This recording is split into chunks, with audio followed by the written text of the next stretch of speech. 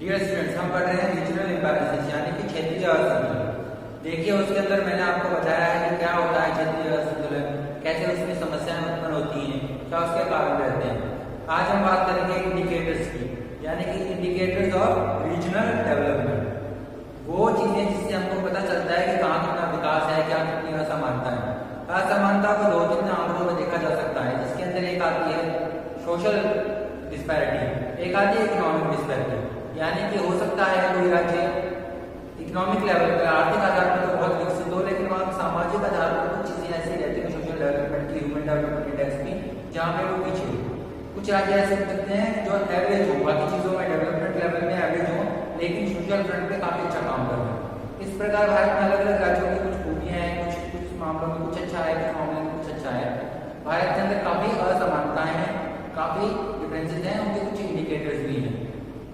अब हम बात करते हैं अलग अलग राज्यों में क्या क्या असमानताएं, जनरल हम कुछ इंडिकेटर्स को भी देख लेते हैं।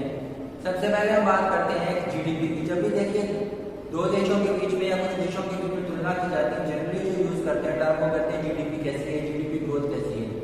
भारत जीडीपी के आधार पर यानी कि जो नंबर के आधार पर काफी आगे है, दुनिया में टॉप 10 में आता है, लेकिन पर कैपिटा इनकम में 1,35,000 है, जो काफी कम है। इनकम के मामले में हम कई एशियन कंट्रीज जो गरीब माने जाते हैं उससे भी थोड़े पीछे रहते हैं। वैसे भारत के अंदर जो अलग अलग राज्य हैं उनमें भी काफी अंतर है पर कैपिटा इनकम की बात करें तो, यानी कि भारत की जो औसत है 1,35,000 उसमें और उनके में काफी डिफरेंस है। अब इसमें अंदर हम देखें तो जैसे गोवा जैसे राज्य भी हैं, गोवा जैसे राज्य भी हैं जिनमें जो पर कैपिटा इनकम है वो 4,60,000 से अबव है।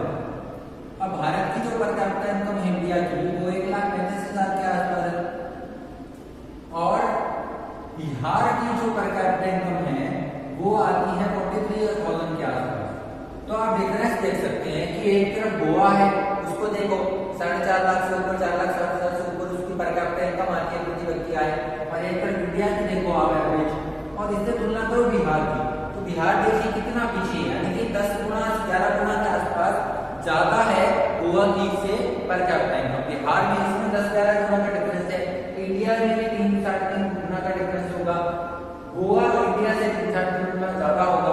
तो आप ये देख सकते हैं कि गोवा में इंडिया में कितना डिफरेंस है। गोवा भारत का एक राज्य है, छोटा राज्य है, उसमें आप पर कैपिटा इनकम देखेंगे, बिहार की पर कैपिटा इनकम देखेंगे।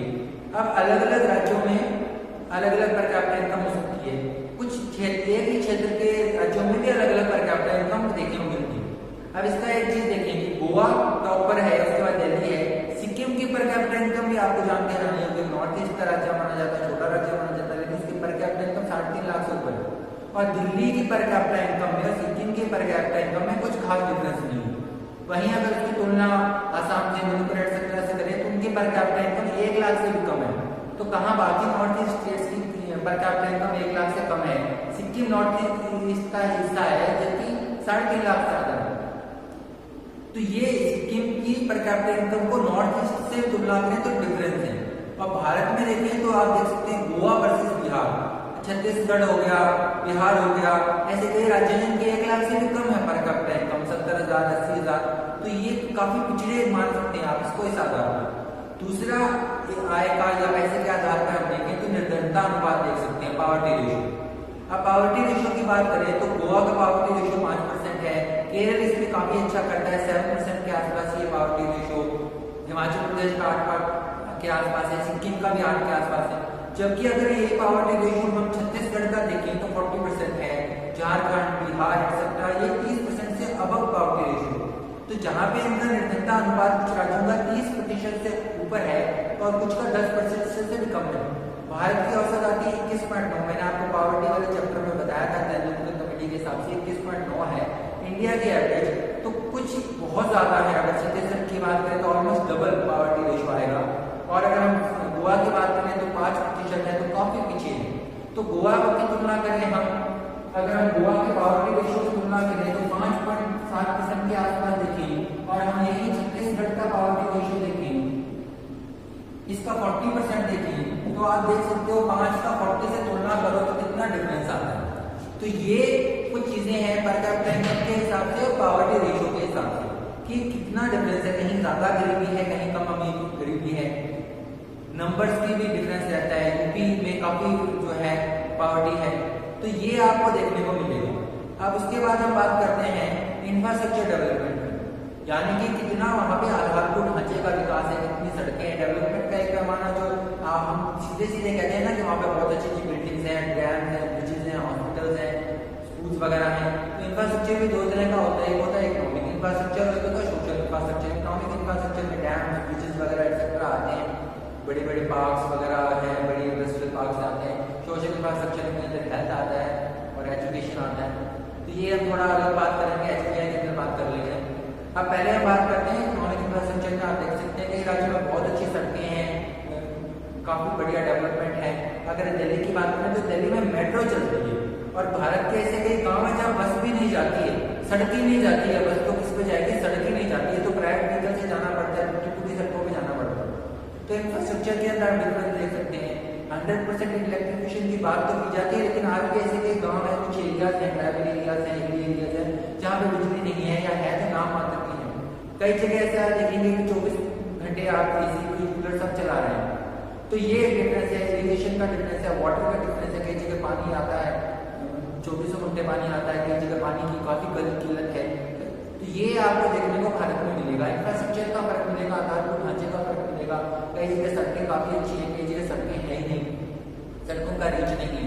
हालांकि यहाँ पे थोड़ा सा पॉइंट नोट करा दूं कि जैसे उत्तर प्रदेश की बात करें तो वहाँ पे सड़कें काफी अच्छी हैं, हो गई हैं, एक्सप्रेस काफी है उत्तर प्रदेश के अंदर, लेकिन फिर भी विकास के मामले में उत्तर प्रदेश थोड़ा पीछे है।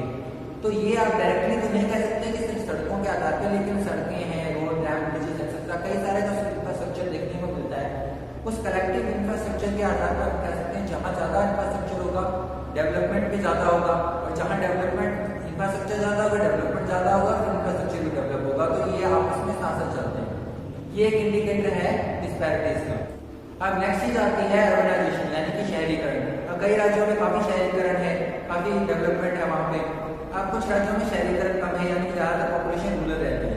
अब डायरेक्टली तो डेवलपमेंट नहीं देखा जा सकता, क्योंकि अगर आप हिमाचल प्रदेश देखें तो 10% ही अर्बन पॉपुलेशन है। भारत की अर्बन पॉपुलेशन 30% है और रूरल पॉपुलेशन 70% है। अब हिमाचल प्रदेश की जो पॉपुलेशन है 10% ही आसपास ही है हिमाचल प्रदेश की। अब इसकी तुलना करें हम तो हम ये पाएंगे कि तमिलनाडु की जो पॉपुलेशन है 48% के आसपास जो है अर्बन पॉपुलेशन है। महाराष्ट्र जो सबसे ज्यादा डेवलप माना जाता है काफी चीजों में, उसके अंदर जो अर्बन पॉपुलेशन है वो है 45% के आसपास। अब तो यहाँ पे आप देख सकते हैं सबसे अर्बनाइज जो एरियाज है भारत के अंदर वो है महाराष्ट्र और तमिलनाडु, और सबसे कम है हिमाचल प्रदेश। उसके बाद बिहार आता है जिसकी 11% के आसपास ही अर्बन पॉपुलेशन है। अब यहाँ पे डायरेक्टली हम कह सकते हैं कि हिमाचल प्रदेश पिछड़े में आता है, लेकिन अगर आप पावर्टी रेशियो की बात करें तो 10% से कम है, पर कैपिटा इनकम भी ठीक है। कई मामलों में हिमाचल प्रदेश डेवलप्ड है। यहाँ के अर्बनाइजेशन के तौर पे देखें तो थोड़ा पिछड़ा है, लेकिन बिहार को देखें तो काफी पिछड़ा मान सकते हैं, क्योंकि वहाँ पे अर्बन पॉपुलेशन काफी कम है।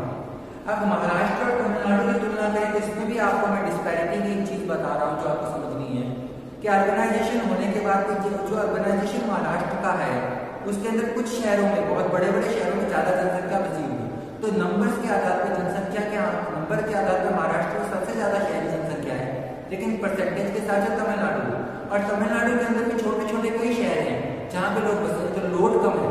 महाराष्ट्र के अंदर कुछ ही बड़े शहर हैं तो लोड ज्यादा है। ये दो सबसे ज्यादा अर्बनाइजेशन है इनके अंदर।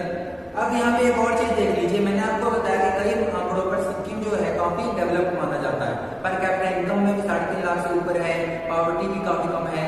लेकिन एक चीज है अर्बनाइजेशन। अब अर्बनाइजेशन में आप डिफरेंस देखिएगा कि सबसे अर्बनाइज आप ध्यान से मानोगे कि मिजोरम है। मिजोरम जो है वो नॉर्थ ईस्ट का एक स्टेट है, वो सबसे ज्यादा अर्बनाइज है, क्योंकि वहां पर 50% जो जनसंख्या जो है शहरों में रहती है मिजोरम के अंदर, और भारत का औसत आप देखोगे 30% है। तो नॉर्थ ईस्ट का एक हिली एरिया माना जाता है, वहां पे 50% जो है भारत से भी ज्यादा नॉर्थ ईस्ट में रहते हैं लोग।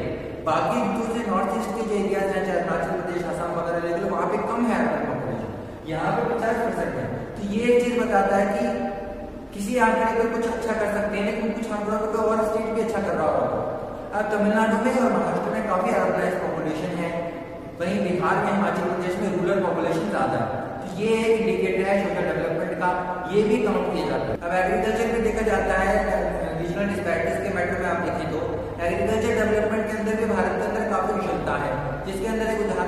पंजाब, हरियाणा और वेस्टर्न यूपी ने ज्यादातर जो है ग्रीन रेवोल्यूशन का फायदा उठाया। जो ग्रीन रेवोल्यूशन भारत के अंदर हुई उसमें वेस्टर्न यूपी और पंजाब और हरियाणा, इन तीन राज्यों ने सबसे ज्यादा उसका फायदा उठाया एग्रीकल्चर डेवलपमेंट का, क्योंकि यहाँ पे ज्यादातर रिच फार्मर्स थे या फर्टाइल एरियाज थे और एक्सेस भी ज्यादा था, यहाँ पे लोगों ने मेहनत भी ज्यादा की, आप ये कह सकते हैं। कुछ ऐसे राज्य थे जो इस एग्रीकल्चर डेवलपमेंट में भी पीछे रह गए। बुंदेलखंड के एरिया ले लीजिए, विदर्भ का एरिया ले लीजिए, वहाँ किसानों को काफी समस्या हो रही है। एग्रीकल्चर डेवलपमेंट के अंदर शहर के यानी जिस राज्य के अंदर डेवलपमेंट है उसमें भी काफी डिफरेंसेस है। आप राजस्थान को उदाहरण लेंगे तो कहीं जगह काफी अच्छी खेती है, कहीं जगह बहुत बेकार खेती है, कहीं जगह इंदिरा गांधी नहर की वजह से खेती का एरिया डेवलप हो गया, कहीं जगह नहीं डेवलप हुआ है। तो ये भी एक चीज देखने को मिलती है। तो एग्रीकल्चर डेवलपमेंट के अंदर भी भारत के अंदर काफी डिफरेंसेस हैं। हम इंडस्ट्रियल डेवलपमेंट के आधार पर देखें तो भारत के अंदर काफी डिफरेंसेस हैं। कुछ 5 स्टेट्स हैं, उसी के अंदर से भारत का 50% मैन्युफैक्चरिंग जो प्रोडक्ट आता है, मैन्युफैक्चरिंग इंडस्ट्रीज उन्हीं में लोकेटेड है। इसके अंदर देखें तो महाराष्ट्र है, तमिलनाडु है, यहाँ पे काफी इंडस्ट्रियलाइजेशन है, काफी इंडस्ट्रीज हैं, इंडस्ट्रिंग हब है। अब वेस्ट बंगाल था, पहले काफी तरक्की कर रहा था, लेकिन आप देख सकते हैं फिर वो पिछड़ गया, लेबर के इश्यूज थे, कई इश्यूज थे। अब उसका यूपी है, यूपी में हम मान सकते हैं कि मैन्युफैक्चरिंग काफी है, इंडस्ट्रीज काफी ज्यादा है, आउटपुट भी अच्छा है उसका, लेकिन वैसे देखेंगे तो वो पिछड़ों में आता है। तो यहाँ पे थोड़ा इंडस्ट्रियलाइजेशन के अंदर भी काफी डिफरेंसेस हैं। इंडस्ट्रियलाइज कुछ स्टेट्स हमारे भारत के हैं जो बहुत ज्यादा इंडस्ट्रियलाइज हो गए, गुजरात है, महाराष्ट्र है, कहीं पे इंडस्ट्रीज काफी कम है। तो इंडस्ट्रियलाइजेशन के अंदर भी भारत के अंदर काफी डिफरेंसेस हैं। सभी जगह बराबर इंडस्ट्रियल डेवलपमेंट होना जरूरी है। तो एग्रीकल्चर डिस्पैरिटीज भी मैंने आपको बताया, इंडस्ट्रियल तौर पर भी आप देख सकते हैं कि एग्रीकल्चर डेवलपमेंट कितना कहाँ हुआ है और इंडस्ट्रियल डेवलपमेंट कितना कहाँ हुआ है, इंडस्ट्रियलाइजेशन कितना, ये भी एक इंडिकेटर है इकोनॉमिक डेवलपमेंट का, या आप कह सकते हैं ये रीजनल डिस्पैरिटीज को भी शो करता है। अब बात करते हैं एक और चीज की। मैंने ये तो इकोनॉमिक बताया आपको, चाहे जीडीपी पर कैपिटा हो, चाहे पॉवर्टी रेशियो हो, चाहे आपका इंडस्ट्रियलाइजेशन हो, एग्रीकल्चर डेवलपमेंट हो, चाहे आपको मैंने आपको अर्बनाइजेशन बताया, आपको इंफ्रास्ट्रक्चर बताया, ये तो मेनली क्या है, इकोनॉमिक फ्रंट पे आते हैं। अब कुछ राज्य हो सकते हैं इकोनॉमिक फ्रंट पे अच्छा कर रहे हैं, जैसे हरियाणा अच्छा कर रहा है, लेकिन सेक्स रेशियो वहाँ पे बहुत कम है। तो सोशल चीजें भी रहती है, सोशल डेवलपमेंट भी रहते हैं। इसके अंदर ह्यूमन डेवलपमेंट इंडेक्स आता है, मल्टी डायमेंशनल पॉवर्टी इंडेक्स आता है, कई पैमाने आते हैं। अब ह्यूमन डेवलपमेंट इंडेक्स पे देखें तो केरला काफी अच्छा करता है, केरला टॉप पे है, जबकि कुछ चीजों में शायद ये तीसरे, चौथे या 5वें पायदान पे आता है, लेकिन इसमें टॉप पे आता है। सोशल डेवलपमेंट काफी अच्छा है, वहाँ पे लिटरेसी रेट अच्छी है, वहाँ पे सेक्स रेशियो अच्छा है। भारत के सेक्स रेशियो की तुलना करें कई जगह बहुत कम है, कई जगह केरला में सेक्स रेशियो अच्छा है। एजुकेशन की बात करें तो एजुकेशन के मामले में लिटरेसी लेवल में अच्छा है, जबकि राजस्थान हो गया, बिहार हो गया, भारत के रेशियो से पीछे है। तो लिटरेसी में भी काफी डिफरेंस है।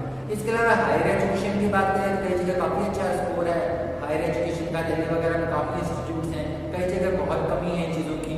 तो एजुकेशन लेवल पे या आप कह सकते हैं हेल्थ लेवल पे हेल्थ डिस्पैरिटीज भी भारत के अंदर काफी, कई जगह हॉस्पिटल ही नहीं है, प्राथमिक चिकित्सालय नहीं, डॉक्टर ही नहीं, कई जगह बहुत बड़े बड़े हॉस्पिटल हैं। दिल्ली की बात करें तो या कर्नाटक में चीन है हॉस्पिटल्स की, तो हॉस्पिटलाइजेशन में काफी डिफरेंस है। इसके अलावा टूरिज्म इंडस्ट्री में काफी डिफरेंस है।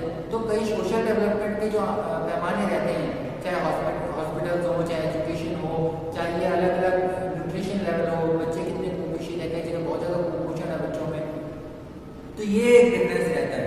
तो सोशल फ्रंट पे भी हमको देखना पड़ता है। तो इकोनॉमिक इंडिकेटर्स अलग हैं, सोशल इंडिकेटर्स अलग है, जिसके अंदर ह्यूमन डेवलपमेंट इंडेक्स एक माना जाता है, मल्टी डायमेंशनल पॉवर्टी इंडेक्स एक माना जाता है। कई मामलों में केरल काफी अच्छा करता है। कुछ स्टेट ऐसे हो सकते हैं जो इकोनॉमिक फ्रंट पे शायद एवरेज हो, लेकिन सोशल फ्रंट पे काफी अच्छा। नॉर्थ ईस्ट के अंदर भी आपको डिफरेंसेस देखने को मिल जाएंगे, आपको साउथ इंडियन स्टेट्स में भी थोड़ा डिफरेंस देखने को मिल जाएगा, आपको वेस्टर्न या हिमालयन स्टेट्स में भी ये डिफरेंसेस देखने को मिल जाएंगे। तो सोशल में भी भारत के अंदर काफी डिफरेंस है, आप ये भी देख सकते हैं। लास्ट स्टेज में आपको बता रहा हूँ इंटरस्टेट डिस्पैरिटीज। मैंने आपको राज्यों के बारे में तो बता दिया कि राज्यों के अंदर अंतर है, लेकिन राज्य के अंदर भी अलग अलग जिलों गांवों में भी काफी अंतर है। आप जयपुर की तुलना करें जैसलमेर से, आप विदर्भ की तुलना करें महाराष्ट्र में बॉम्बे से, आप दिल्ली के कई आसपास के एरियाज की तुलना कर सकते हैं दिल्ली के डेवलपमेंट से, आप नॉर्थ ईस्ट के अंदर भी डेवलपमेंट के अलग अलग नॉर्थ ईस्ट के अंदर किसी एक स्टेट के अंदर के जाएंगे गाँवों में भी तुलना कर सकते हैं। तो कई स्टेट्स के अंदर क्या डेवलपमेंट चाहे कम हुआ है लेकिन बराबर हुआ है, सभी जिलों का उसके सभी गाँवों का अच्छे से विकास हुआ है। लेकिन कई जगह पे क्या है, एक ही जगह पे ज्यादा डेवलपमेंट हो गया तो स्टेट्स में हब बन चुके हैं। जैसे महाराष्ट्र की बात करें तो मुंबई पे या पुणे पे बहुत ज्यादा लोड है। राजस्थान की बात करें तो जयपुर काफी डेवलप्ड है, कुछ कोटा है काफी डेवलप्ड है, इसका बिल्कुल डेवलपमेंट नहीं है। तो ये डिस्पैरिटीज इंटरस्टेट डिस्पैरिटीज कहा जाती है, अंतरराज्यीय विषमताएं कही जाती है। तो ये भी हमको देखना पड़ता है कि हम एक किसी राज्य के विकास को देखते हैं तो हमको ये भी देखते हैं कि रीजनल डिस्पैरिटीज के अंदर ये पॉइंट भी आता है। तो मैंने आपको इकोनॉमिक बताया, सोशल बताया, ये आपको इंडिकेटर्स बताए। ये इंडिकेटर्स से हमको पता चलता है कि क्या क्या कमियां हैं, कहाँ कहाँ कमियां हैं, फिर हम उसका कुछ सुधार करने का प्रयास करते हैं। नेक्स्ट वीडियो में हम देखेंगे क्या क्या स्टेप लिए जाने चाहिए, क्या हम उसको रीजनल डिस्पैरिटीज को दूर करने के लिए कर सकते हैं। Thank you.